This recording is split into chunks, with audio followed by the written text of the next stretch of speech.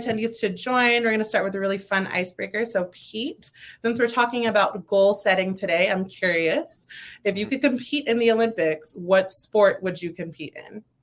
Ooh, I don't know. Does it have to be a real sport, or can I make up a sport that I'd be really good at? Definitely make up a sport. I think that's more fun. I think I would be an Olympic champion at email. Oh, that's a good one. Can you imagine? I think I think I would I would crush at I do crush at email. And so if for whatever reason that became an actual sport, that would be something that like I would definitely get sponsored for that. Would I be sponsored? I'd probably be sponsored by like Gmail, Red Bull, and maybe something else for like my my email prowess would probably be the sitch there. I love that. I think I would try my hand at horse dressage. I don't know how, but I will figure it out. All right. Love it. Let's go ahead and get started. So today we're here to talk about setting AE and SDR goals that don't suck with Atrium's co-founder and CRO, Pete Kazanjy. We're super excited about this one and the amazing content and takeaways you'll get out of this event. My name is Janisha Jones. I'm one of the community events managers here at Modern Sales Pros, and I'll be moderating today's discussion. So if you have never heard of MSP, welcome. We are super excited to have you. If you're not familiar, Modern Sales Pros is the world's largest and highest quality community for those in sales management, sales leadership, sales and revenue operations, and sales enablement, aka our Modern Sales Pros. Our mission is to create an environment for over 27,000 members to answer questions they'd struggle to solve on their own and help them see around corners they may not know about. We do that through live sessions like this. We have an online forum. We have our quarterly summits, and we're starting to get back to in-person events. So if you're not already a member, don't worry. You're going to be invited to join after this event. But that's enough about MSP. Today's session wouldn't be possible without the awesome sponsorship from the team at Atrium. So I'm going to hand it over to Pete to say a few words about Atrium. Yeah, thanks, Janisha. Yeah, the summit was rad, huh? 2,500 folks, like the founders of Zoom Info and Sales Loft, the president of Dong, the CEO of Clary. Pretty sick. And I did a couple sessions too, so that was okay also. Yeah, so for folks who are not familiar, a little bit on me in a second, but Atrium makes data-driven sales management software. Literally what it exists to do is help managers, sales managers, so AE, SDR, AM, CSM managers use data to improve team performance. And the way that it does that is by deploying straight out of the box, within a couple of minutes, a world-class metrics harness of 100 plus KPIs for for measuring the quantity and quality of selling behavior that reps are engaging in, and then importantly continuously monitoring those KPIs on a recurring basis to help managers understand, get ahead of issues before they become problems, and essentially just like coach their reps to win. We'll talk about that a little bit more later, but like that's the TLDR on Atrium. Fantastic. We're super grateful to have you as a sponsor, Atrium, and thanks so much, Pete. All right, folks, we're excited to dive in, but of course, this wouldn't be an MSP event if we didn't go over some housekeeping. So first, this event is being recorded. You'll be able to access this recording and the key takeaways on the previous events page of the MSP website. Second, if you have a question for Pete, please use the Q&A function that's on the top right-hand side of your screen, and we'll be sure to get them to him during the event. And now I will pass it over to Pete to get us started, and I'll be back later to close. Thanks, Pete. Wonderful. So I think what I'm going to do here is share my own little screen. We're going to go into the Hall of Mirrors first here, where oh yeah, look at that. We're going to pop over here just so I can, as I'm presenting here at this lovely WeWork in Atlanta, kind of like show things a little bit better here. But yeah, my name is Pete Kazanjy. I'm the founder of Atrium and the CRO as well. A little bit of background on me. My last software company was a company called TalentBin. It was acquired in 2014 by Monster Worldwide. That's kind of where I first got my start doing sales and kind of like sales excellence stuff. went from being our business generalist founder to our first sales rep, sales manager, sales leader. Eventually was acquired by Monster Worldwide with like a team of around 20 reps or so, and was then subsequently was responsible for new product sales in at Monster for a sales organization of around 1,000 folks. Subsequent to that, started or wrote a book on startup sales called Founding Sales, and also started the Modern Sales Pros community there. So I think about sales just a little bit here or there. And one of the things I'm really excited to talk about today is managing by goal. As we kind of like jokingly talk about here, like setting and managing with goals, SDR and AE goals that don't suck. And so here are some of the topics we're going to be going through here around like why goals are important, and then also specifically how you can select metrics in order to support those, collect data in order to report on those goals, set goals, and then visualize on them, and then troubleshoot as appropriate there. Just a quick note for folks. One of the things, while Atrium is focused on helping sales managers use data to improve team performance, one of the things we like to do is help the community and also our customers do a better job of managing in general, even outside of kind of the data-driven component of that. One of the things that we do in order to support that is we work with a fine gentleman named Richard Harris to do a sales management training boot camp, half-day sales management training boot camp once a month. I think what we're going to do is drop a link to sign up in the chat here. If you're a sales manager, SDR manager in sales operations or sales leadership, you're more than welcome to sign up for that. Normally this sort of thing would cost like $1,000 if you were paying for Richard. If you were paying for Richard on your own dime, it would be around a G or so. We're sponsoring it, so this one's on us. All we ask for in exchange is a short disco conversation with one of our teammates. So I think that we're going to drop the link in the chat for that, and then we can kind of get going here. Wonderful. So one of the reasons why it's important to kind of focus on goals is because on the one hand, we know that we want to win. But how do we know that we're progressing on our way to win? And so one of the metaphors that I like to use to kind of characterize this for folks is, you can't really focus on the score, in an athletic situation, because that's way downstream, right? It's difficult to impact the score. But what you can do is you can focus on the precursors and the intermediaries that are on the way to impacting the score. And then you can goal on those. And so kind of some examples of this is some of the examples of that here would be the outcomes of the things that we can impact in the score. Would be things like, in baseball, it's runs, and basketball and football, it's points, etc. But then there's actually all number of inputs, and then also efficiency metrics that help us understand, are we making our way towards, let's use baseball as an example, scoring more runs, right? So in order to score more runs, we got to get more hits, right? We got to advance across more bases. Ideally, those are extra base hits.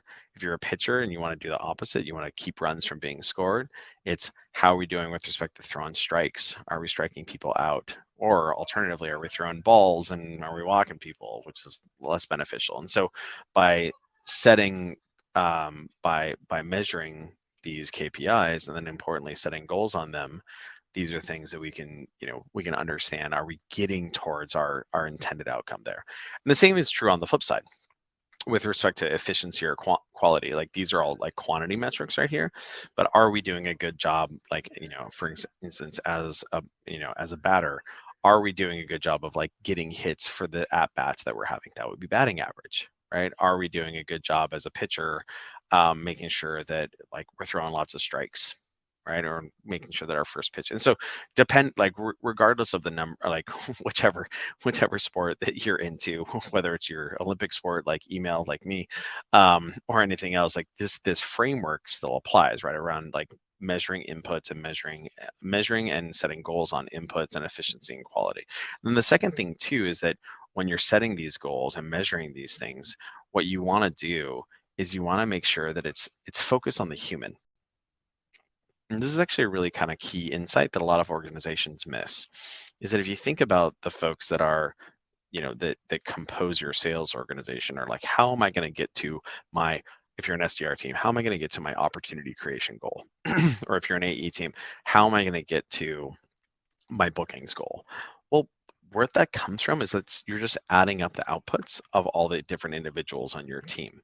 So kind of setting goals at like a team level without getting down to the human actually kind of misses the forest for the trees, because it's those humans who are the people who are fundamentally producing that output. And then moreover, it's those folks that we want to manage by metric in order to understand where their shortfalls are, such that we can improve their performance and drive better outcomes. So what you want is measure and goal on those inputs and efficiency metrics, and then importantly, do it at a human level, right? So those would kind of like a framing exercise here. And so if you believe that this is the case, and you should, because this is the modern way of running a sales organization, and I guess in this case like an athletics organization as well. But if you believe that this is the case, then the question then becomes like, oh, all right, well, like, how are we going to do that? And so there's a couple of different steps by which we do that, and we're going to go through those here in today's session. So first, what you need to be able to do is select the metrics that matter. We'll get into that here in a second.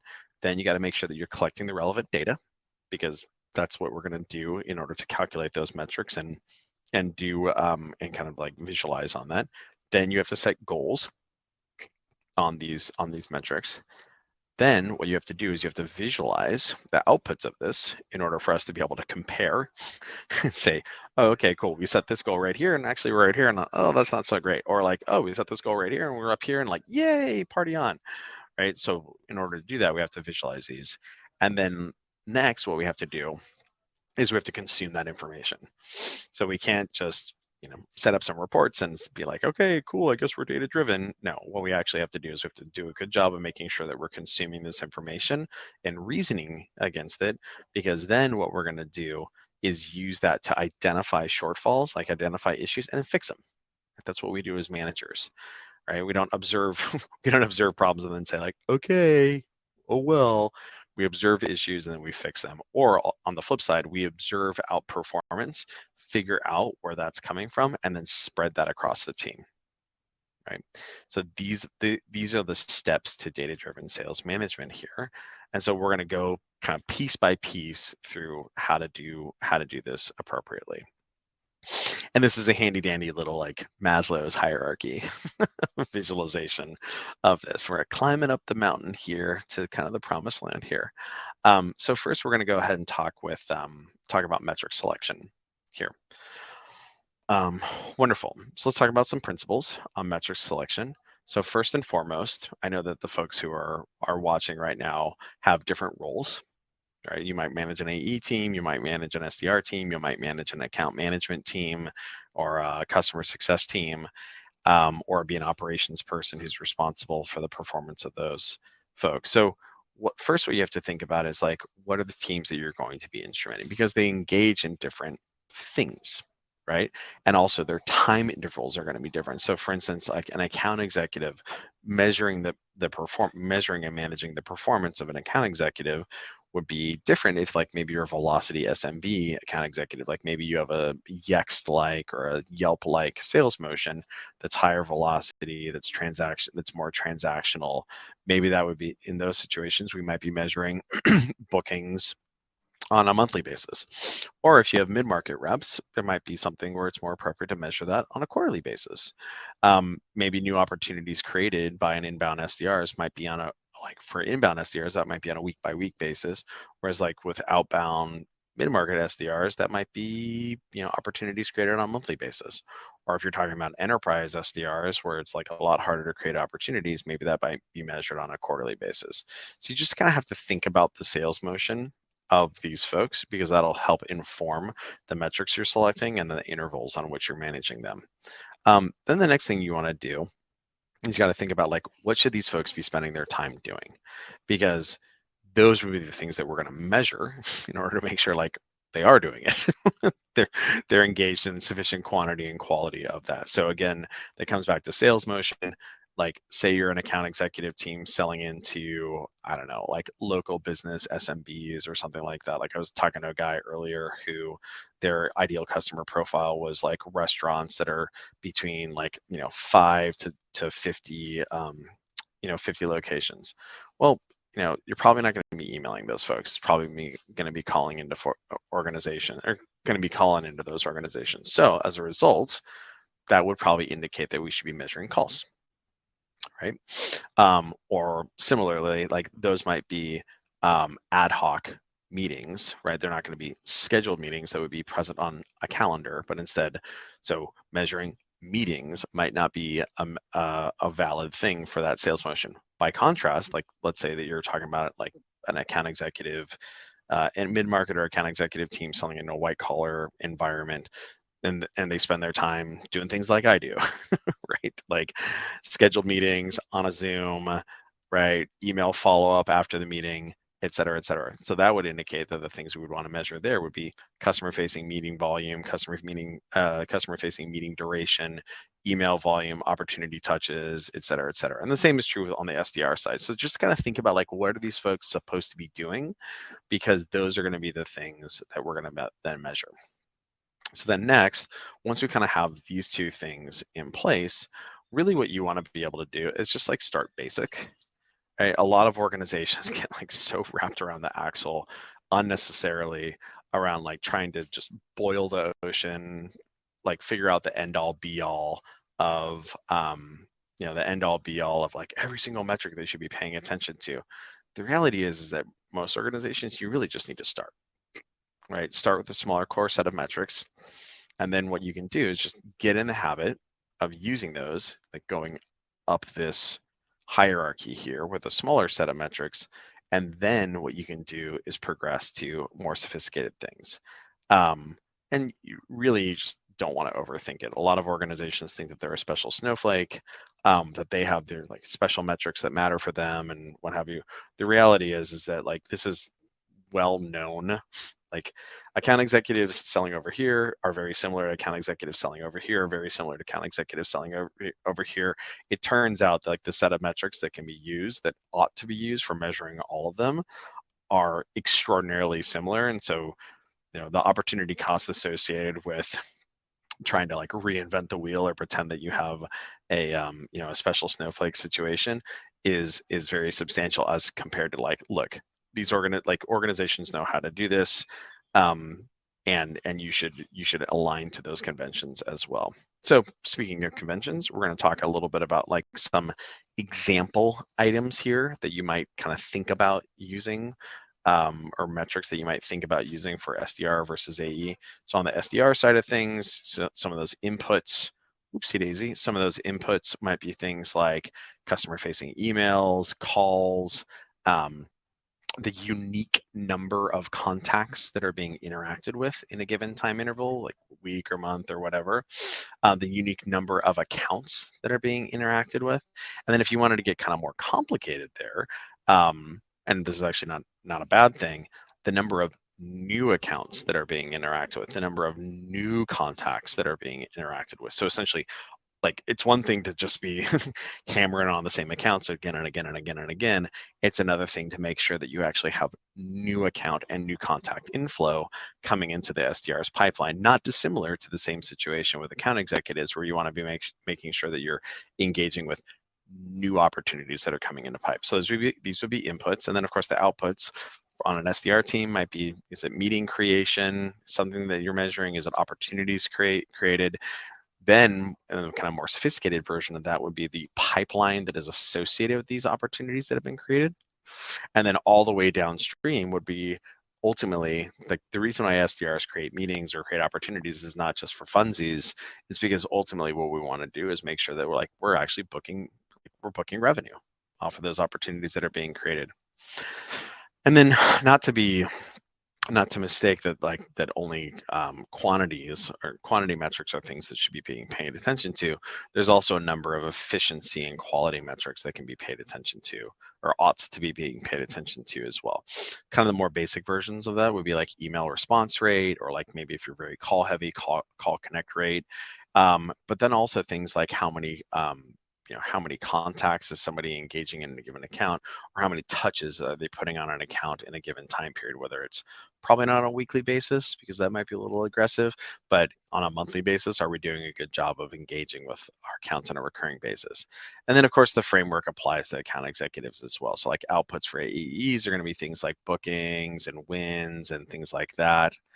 And then the inputs associated with that would be things like, one very basic would be opportunity ownership and pipeline ownership.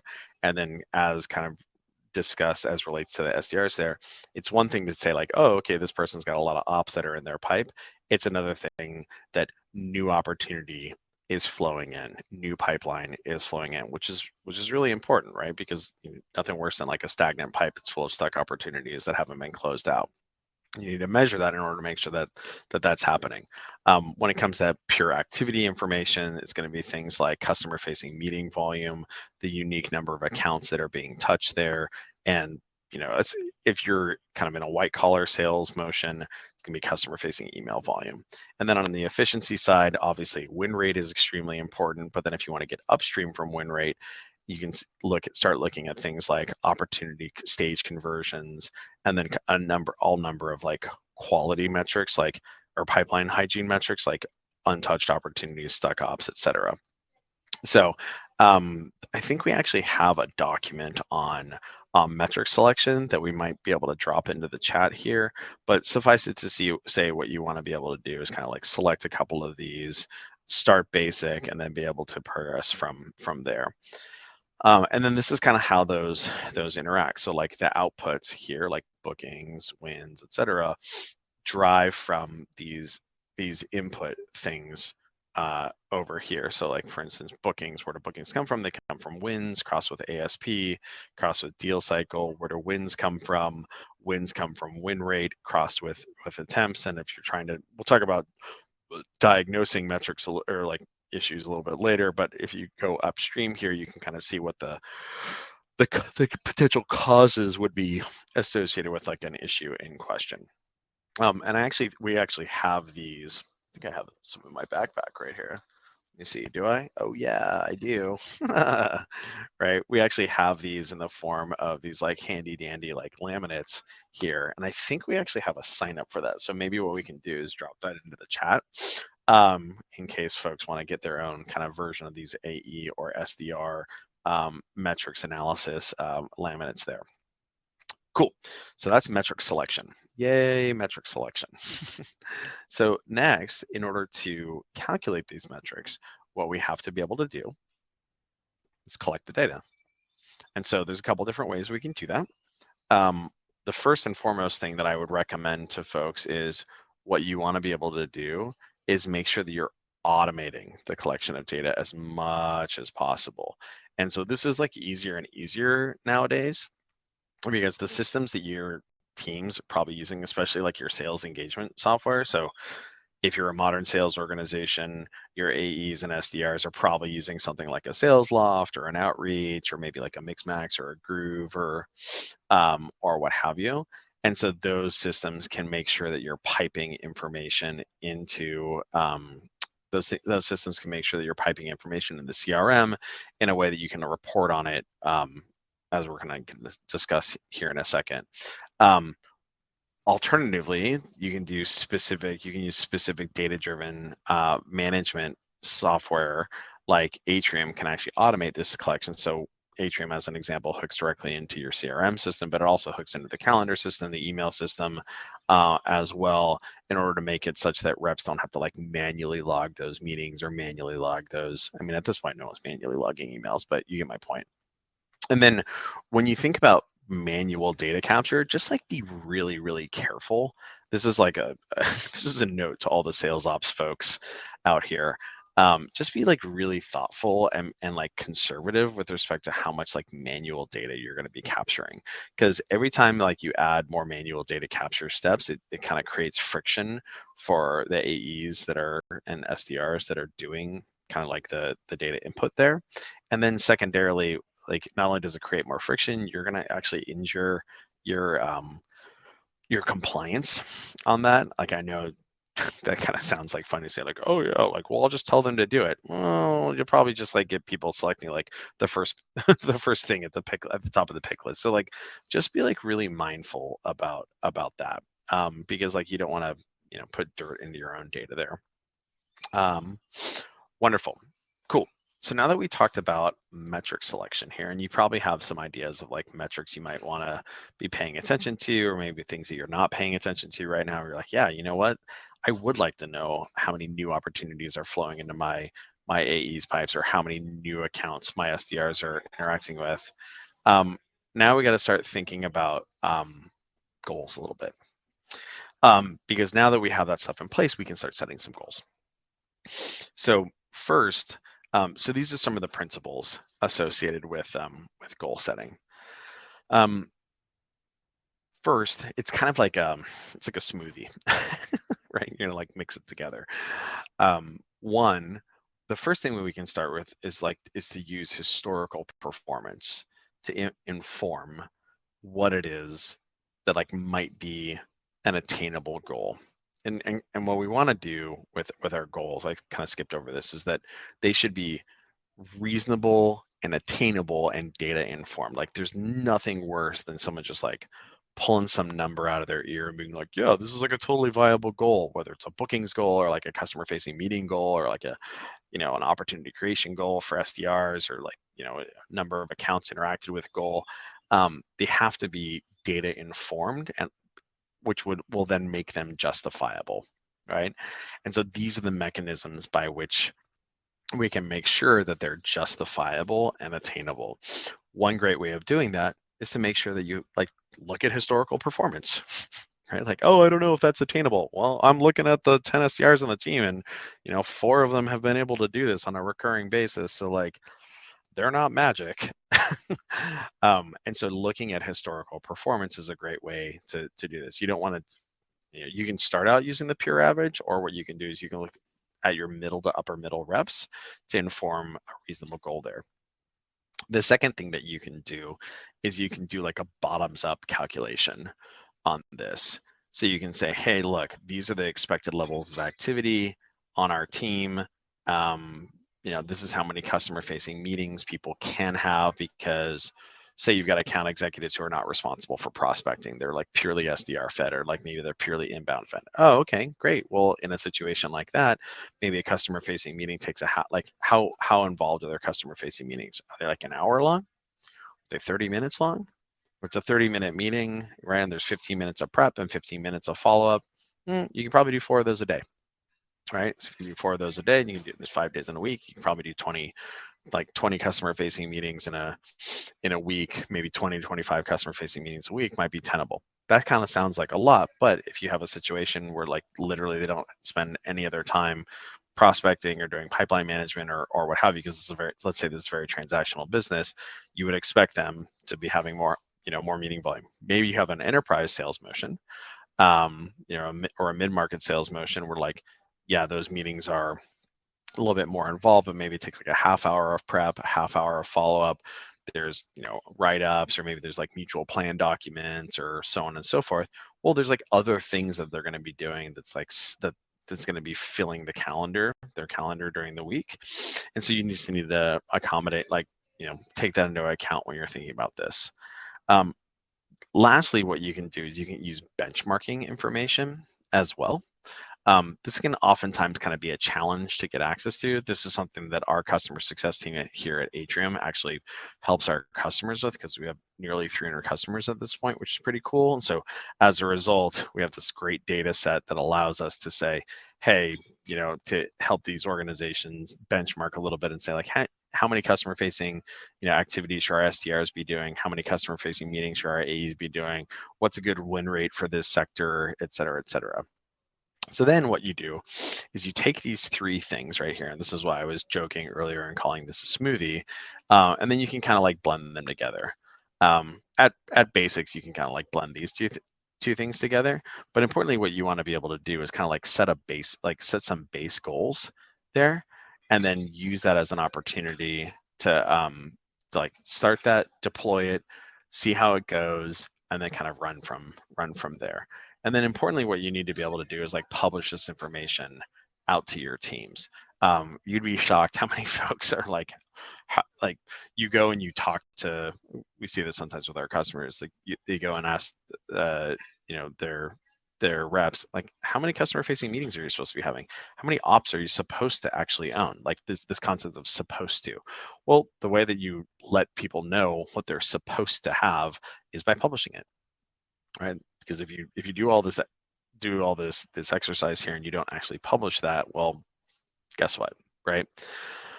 So these are some examples of like some suggested goals there, for account executives. For customer facing meetings, it might be anywhere between like 7 to 15. If you're a higher velocity motion, it might be even higher than that. Customer facing email volume on a weekly basis, it might be anywhere between 50 to 150. If you're me, it's like, 250, because like I'm an Olympic gold medalist at email. How many accounts are they interacting with on a weekly basis? Like if they're only managing their own ops and pipe, maybe it's at the lower end of this. If they're doing prospecting as well, maybe it's at the higher end of this, etc. How many ops are flowing into their pipe? Right, it might be a couple. Like if it's if you're in a mid-market motion, it might be a couple of new ops first meetings per week. If you're a slower sales motion, it might be even slower than that. If it's a velocity sales motion, it might be just like lots of stuff showing up on a weekly or a monthly basis there. And the same is true on the SDR side as well. And again, this is very motion dependent. If you're able to do substantial kind of like personalization and automation at scale, then maybe the number of customer facing emails or that your reps are able to do is much higher without negatively impacting your email response rate. It really is kind of motion dependent and market dependent. Similarly, if you've got, if you're calling and you're able to do, if you're a very call heavy call heavy SDR motion, how many customer facing calls should you be selecting? And then, is it something where your connect rates are not very high, and as a result, you're having to like make lots of calls in order to drive connects? Or alternatively, do you have some handy dialing automation software like an Orem or something like that allows you to scale this up in a really meaningful fashion? So these are some kind of examples of like goals that you could potentially set. But again, the important thing here is to make sure that you're using that historical performance with a bottoms up approach in order to inform, again, reasonable, attainable, data informed, not pulled out of your ear goals there. Wonderful. So now that we've set our goals, we got to actually visualize this stuff, right? We got to visualize and make sure, because these visualizations are going to make it such that we can use our eyes to see, are we making our way towards those goals? Are we, or in the last period, last week, last month, last quarter, did we get where we need to go there? And so these are a couple principles to kind of think through this. So first, the traditional version of this, and this is changing with like data-driven sales management software that has like different ways of interpreting metrics, that it isn't just like staring at a bunch of charts and what have you. But for most folks, when you think about visualizations, it's going to be things like reports and dashboards. And so one thing to think about is, for each report, a given report should be answering a question. Like an example here would be, how many ops have the SDRs created this month so far? That's a question, right? How many opportunities does each AE own right now? That's a different question, right? So each of these reports ties to that question, right? How much pipeline is closing in the coming 90 days split by rep? That's a forecasting question that a report would answer, right? How many emails did each SDR send last week, right? So that would be a question that's an attainment question of a leading indicator metric about a past interval right? Split by SDR there. So what you want to be thinking about is like, that's what a report is. It's like answering a question that matters from a management standpoint. And then on the flip side, a dashboard is just it's a bundle. It's a bundle. It's a picnic basket full of these different questions. And then the most impactful thing, the way you can kind of think about a dashboard, and this is where people like really screw dashboards up, is a dashboard should be thought of as, I use this dashboard at this point in time to answer these questions. Like the worst thing that people do is they create like kitchen sink dashboards that just have like a bajillion tiles in there, and you're like, oh, it's the mega dashboard. Well, the problem is with the mega dashboard is you've got like 20 charts on it or 40 charts on it or whatever. It's like, what was I in here looking for again? And instead, what it should be thought of is like, it's almost like our customer success people have this like funny terminology. They call them like micro dashboards, like a dashboard with just like 2 tiles on it. It's like, this dashboard right here is for a very specific thing. Like, this is Bobby's pipeline hygiene dashboard. Like, Bobby has a pipeline hygiene problem.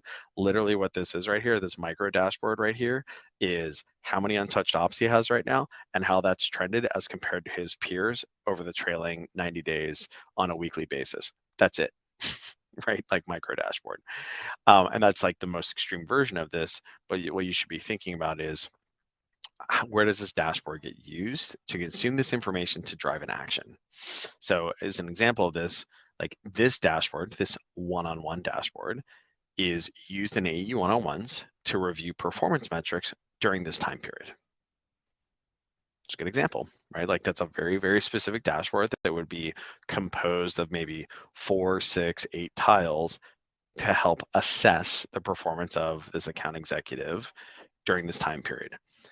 Another example of this might be like, this dashboard is used at noon every day to see how the SDRs are performing on their metrics that day.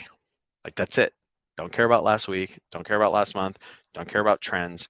Literally, it's like, cool, here we're at, right? This would be an example of like what we call at Atrium, like a rise and shine dashboard. They would use for like a stand-up. Be, hey, cool, like how many activities happened yesterday, and then how many activities have happened so far this week, right? Maybe split across a couple of different metrics. So again, it's used at a given point in time, in this case like a stand-up, in order to say, hey, where are we at, right?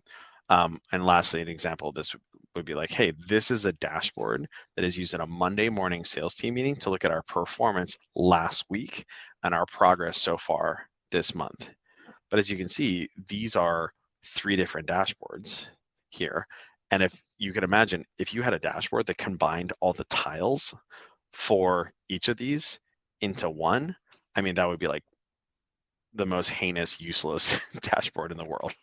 And the problem is, this is actually what ends up happening is like, organizations will frequently do this and create these kitchen sink dashboards that people just like don't end up, like their eyes just glaze over. The other thing you can think about with respect to these dashboards is the kind of idea I use here is multiple views per metric, or usually like one view per metric is kind of like not enough on its own.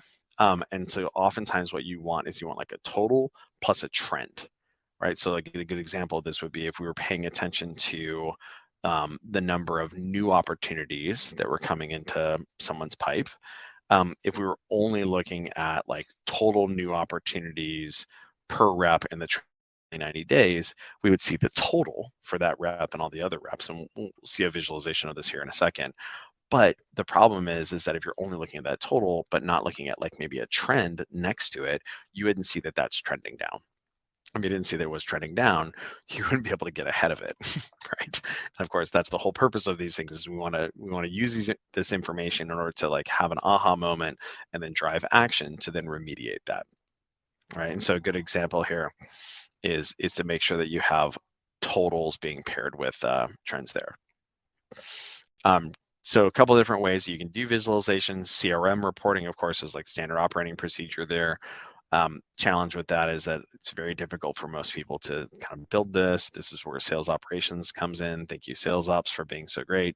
Problem, of course, that sales ops is busier than a one-legged kickboxer, completely consumed with all manner of different projects. And of course, The challenge here is now you actually got to consume this information. As a lot of times sales managers are not the most metric savvy folks in the world, which is okay, right? We're going to help them get better at that. But consuming these things visually versus having insights delivered to them can be a little bit of a struggle. Business intelligence is just the bigger kind of version of that, like the big kid version of that. Again, hard to set up, very powerful, very configurable, and then also, if you end up doing that, the downside, of course, is that now somebody's got to interpret this. And then what our claim would be to folks is that the right way of doing this for sales managers and leaders is specific software that's set up to make them successful. We call that data-driven sales management. Quick to set up, works immediately out of the box, covers all the metrics that you could possibly want for those teams. And then, of course, not just visualizations, but also monitors those KPIs to make sure that anomalies and insights are coming out of it proactively to allow managers to spend their time intervening and fixing as opposed to like trying to find problems. The downside associated with data-driven sales management software is like you can't answer every single question that you would want from like your Looker or Tableau or what have you, which sometimes can like, oh man, I would like this to do this like one thing it's missing doing. But the benefit of it, of course, is that it's ready to go in a snap, and then of course, like non-technical, non-analytical users can use it, like sales managers and SDR managers and what have you. And so a little bit kind of more on Atrium here. I mean, this is like what our claim is that data-driven sales management is the future. It's extraordinarily important, and for managers to manage by metric. Like this is the 21st century. It's time to get on the train. And so what our claim is like the ideal future state for those sales managers is software that allows them to have every single KPI for their team, whether AEs or SDRs. And then importantly, the software needs to monitor that for them, right? Like looking at walls of charts, like that's archaic. And so the software should be able to proactively track progress towards goals, alert you when something is off, like, hey, this person's win rate is off as compared to their peers. This person's ASP is much higher than their peers. What's driving that? Let's get everybody else to do that as well. And then should also do automated performance diagnosis as well. Like, hey, this rep's outperformance with respect to bookings is being driven by the fact that their conversion rate out of proposal is much higher than their peers. Why is that? Let's go ahead and dig into that. Oh, great. It's because they decided to start using mutual plan software on their own. And now maybe we can systematize that across the rest of the team. Right. So these are the things that managers need in order to be more successful. And this is exactly what Atrium provides. And it can turn on in like 5 minutes through an OAuth connection to your CRM. We literally sell on our customers' data. We take them, give them a tour through their software. It takes 5 minutes to set up, and our account executives help them look at what's going on with their team, any potential issues there, et cetera. And so the upshot here is that Atrium helps sales managers use data to improve team performance. And we're blessed to work with hundreds of customers to do just that.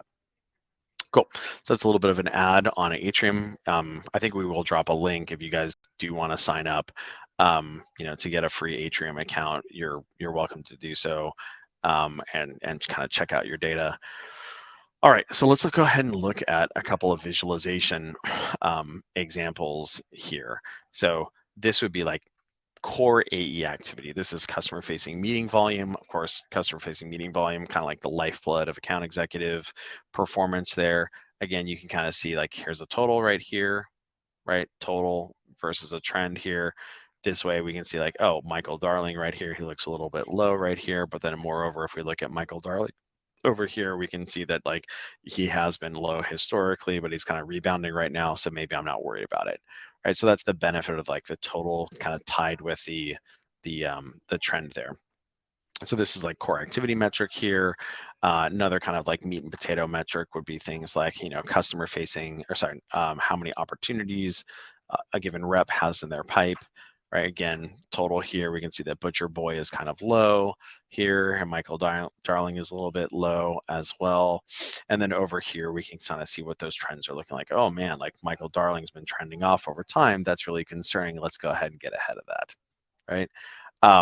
We can also do this with respect to quality metrics as well. In this case, is a pipeline hygiene metric, like untouched opportunities. So the number of opportunities that haven't had a touch in the trailing 30 days here. Are we on top of our pipe? And what you can kind of see here is that, oh, okay, we have a couple of folks that are maybe a little bit more naughty than everybody else, but in general, I mean, between 0 and 5 untouched opportunities is like pretty solid, depending on the sales motion. And then moreover, what you can kind of see here is like that trend where, it looks like, maybe 6 weeks ago, 6 or 8 weeks ago or so, someone got a talking to, and the number of untouched opportunities kind of fell off a cliff there. Except our buddy Cloak and Dagger is kind of creeping up again, which is kind of funny. The last thing you can do here is visualize these things in ramp.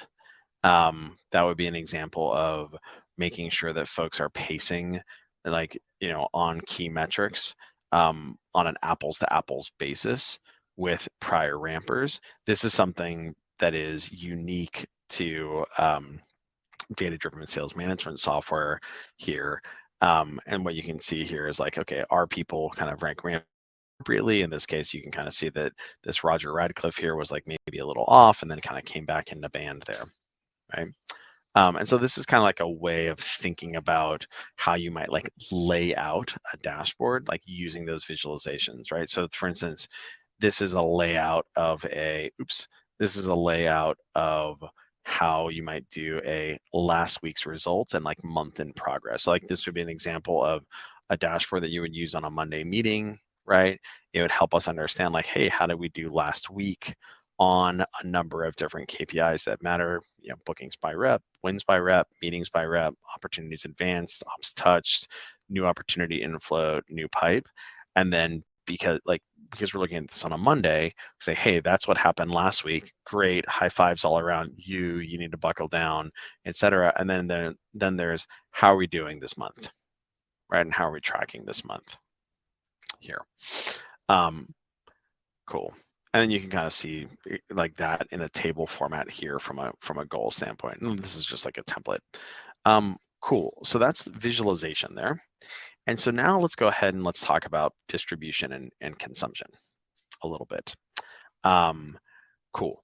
So it's one of the jokes we like to say with our customers is like, if a tree falls in the woods and no one's around, does it make a noise?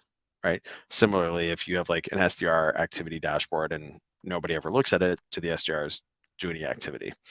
And so a really important thing is to make sure that these visualizations we talked about above that we spent blood, sweat, and tears on constructing are being distributed and consumed, such that we can see what's going on, take action accordingly, and make those reps and those SDRs or AEs better by changing their behavior. And so a great way of doing this is to make sure that we're doing a good job in distributing that information around so people can do so. So these are a number of different ways that you can distribute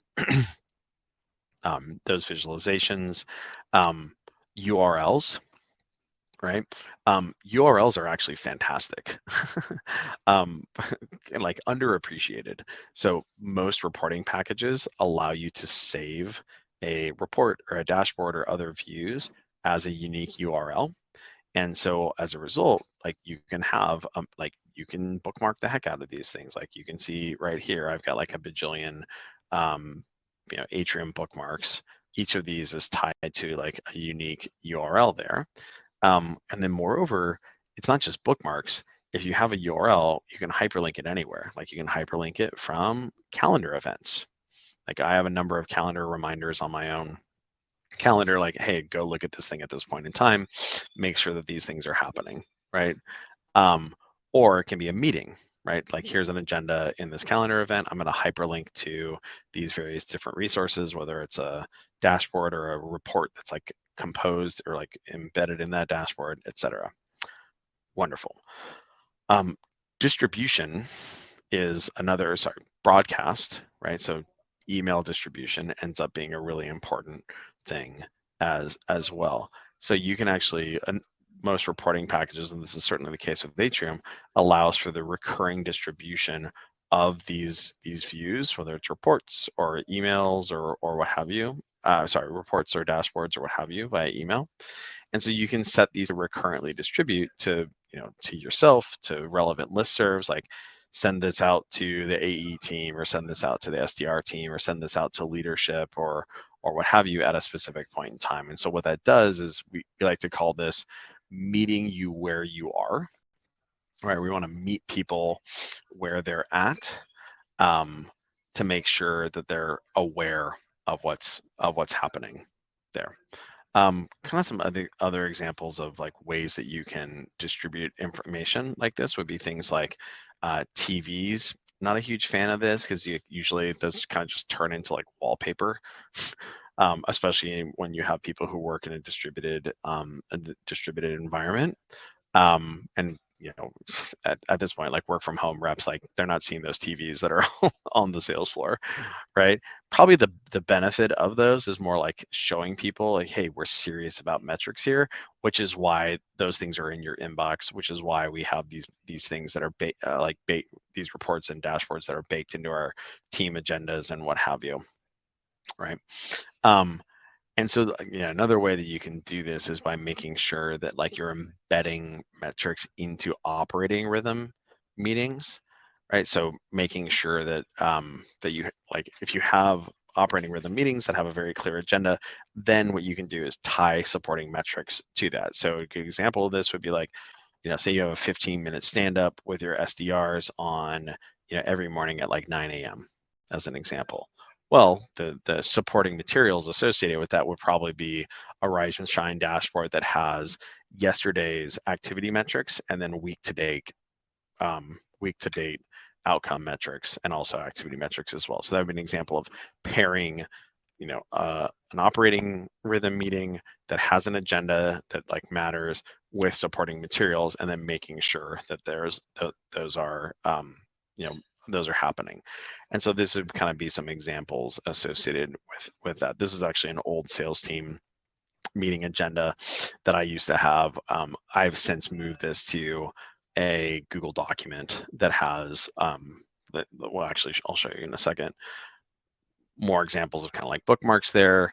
If you're not bookmarking your reports, like going over and trying to hunt them down is just like a disaster.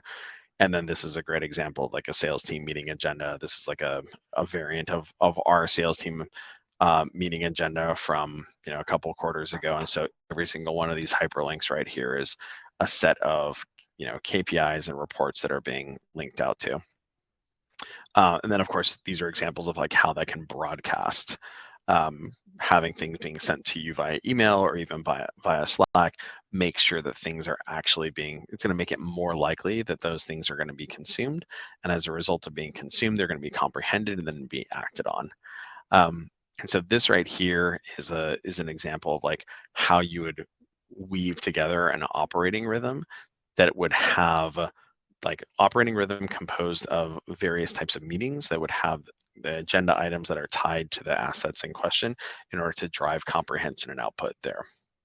And so some examples of like what this might look like in practice on those different meetings, like, a midday stand-up would be 15 minutes and it's every day. And then the material associated with it would be like week to date activity dashboard. And then what we're doing is like, we're looking at our week to date metrics and calling in any issues. We're going to celebrate some wins. We're going to surface any challenges. Okay, great. We're done. Great. See you guys tomorrow. Right. Wonderful. And then I think I'm actually going to skip this section here on when the doo-doo hits the fan, and instead kind of focus in on how on troubleshooting and resolution. It's kind of the same sort of thing. So once we've got these visualizations and distributions that are happening, the next thing is like, how are we looking at these things in order to comprehend where there are issues, and then driving action, right? Driving action to resolve that. And so the steps here are really like, you have to detect issues, right? Like you've got to see something's off, like, right? Diagnose what might be the root cause of that, or form a hypothesis as to what that is. Communicate that to the rep, to the SDR or the AE, like, and talk about it. Like, hey, I'm seeing this thing right here. And this is this right here is like a data-driven sales management or like a data-driven coaching loop that I have a whole different masterclass on. It's like an hour just purely focused on this behavior right here. But then you're going to communicate that to them. I'm seeing XYZ. And then you're going to loop back. Right? Like, okay, we're going to communicate that with the diagnosis and the prescription, and then we're going to loop back in like a week or 2 weeks or what have you to see if like the prescription has been consumed, that like you've actually done the things that have been prescribed to solve this, and that the metric has improved accordingly. So I do recommend folks checking out that data-driven coaching masterclass. I think we'll drop it into the chat here for folks to kind of check out there. Probably one of my favorite books on this topic is Corey Bray and Hellman Sori's 5 Secrets of a Sales Coach, that kind of talks about, it's less on the data-driven side, but it's more about like how to do this pieces well, like communicate the issues, prescribe a solution, and then hold accountable. I really like it. Us over here at Atrium, we're more about the detection and the diagnosis piece of things, to then allow managers to see like what the issue is. And so some examples of this, kind of like to help you see how you would diagnose things. This is where trended views become really important. And why kind of earlier we were talking about like looking at totals and looking at trends, because it's one thing if you see someone who's like low on their total right now, but then you look over at the trend and you're like, okay, like that's just because like they were on vacation last week, or maybe they had their prospecting activity was way down last week because, oh my gosh, they had 30 customer facing meetings. So you have to tie those two things together. And so what you can kind of see here in a trended view is you can see like, okay, this rep right here, he's like been consistently really high. Right, we can see this is nice and consistent here. Who is that rep? Queen of Hearts. Moreover, what we can see is like, oh man, well, like this person down here, who is that? Judy Hopps. Like not only is she low, but like she's been low like pretty consistently. And the same is true with like Murloc the Magician right here. These are ridiculous demo names. And then lastly, what you can see is somebody who's got like a deterioration over time. Like they used to be a lot higher, but now they're deteriorating. Man, that's like pretty concerning. It tells us that they could be up here because they have been in the past, and now they're down here. And so these are some examples of how we can use our eyes to detect these issues. And so for each of these situations here, like there's a coaching action that comes out of this. In the case of Queen of Hearts, it's like, oh, okay, maybe I take a screenshot of this and I Slack it over to Queen of Hearts and say like, you're awesome, high five, good job, keep it up. Or maybe we talk about it on our next one-on-one where we say, hey, you consistently have a higher customer facing meeting volume than everybody else on the team. What's going on there? What are you doing? Right? Because I'd love to, share this with the rest of the team. Conversely, what we can see is like we have a couple of kind of coaching opportunities here with respect to like Bray or Rabbit. Hey, you were a lot higher with respect to XYZ, right? Customer facing meeting volume. Has anything changed recently? What's going on? Like, how can I help there? And then for the folks who are like more consistently low, it might be kind of more straightforward, like, hey, we have a consistently low level of customer facing meetings here. What's blocking you from making this higher? Because as you know, we set these goals of 5 customer facing meetings or 10 customer facing meetings, whatever it was that we talked about above, and you're pretty far from that. So what do we need to do in order to make it so we can unblock you to be there?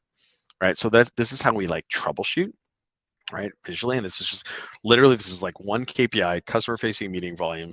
Out of this came 4 coaching actions, which congratulations, like that's your job as a manager, is detecting these issues and then being able to like coach in order to improve that. News alert, your job as a manager is not riding along on every single call with your reps in order to drive more, in order to close deals for them. Like this is the behavior of data-driven sales management that is going to help you get more leverage across your team. And then you can do the same thing via kind of like goal tracking. This is like a visualization of a goal tracking UI where you can kind of see, in this case, this rep is really low, or not really low, somewhat low with respect to kind of email volume.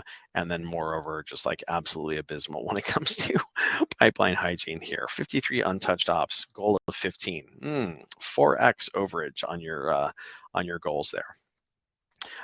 The nice thing about data-driven sales management software is that it can do a lot of this tracking for you.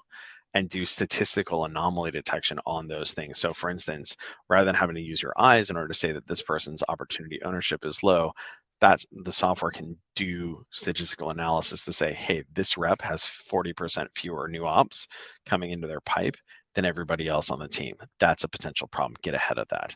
And so this is, one of the kind of differentiated features of Atrium is it does this sort of stuff for you there. And again, you can do this, if you want to do more resolution or more diagnosis, you can kind of go right in order to figure out what is potentially driving an issue down here. Like a bookings issue might be coming from too few wins, which might be coming from a problematic win rate, which would then potentially come from a variety of different things. Maybe it's a pipeline hygiene problem with untouched opportunities, or maybe it's a multi-threading problem with like too few contacts per account, et cetera, et cetera. So I know that this was a lot of content for folks to consume, but I hope you kind of took out of this the takeaway of like that paying attention to leading indicators, to like inputs, intermediaries, and outputs, setting goals on them, and then managing appropriately is really impactful and really powerful. It's a modern sales way of managing. And then if folks want to learn more about if they want to take their sales management to the next level, this half-day boot camp that we sponsor with Richard Harris is absolutely fantastic. I highly recommend folks attend that. Again, it's $1,000 value. We're sponsoring it. It's free to you for sales managers, SDR managers, sales leaders, sales operations folks, et cetera. If you manage reps or are responsible for teams, or in the case of operations, supporting those teams, you're welcome to attend in exchange for a quick disco call with one of our teammates. So thanks everybody for your time right here. I'm gonna go ahead. I think I unshared my screen there. Oh no, I didn't. I hit the wrong button. Anyway, so thanks everybody for taking the time here and bearing with me as I'm here at WeWork, and we'll see you guys online. Take care. All right. Thanks to Pete. Thank you all so much for joining us. Pete and I are going to head backstage, but again, thank you so much. And we look forward to seeing you all. We'll send recordings and key takeaways on our site shortly. And don't forget to check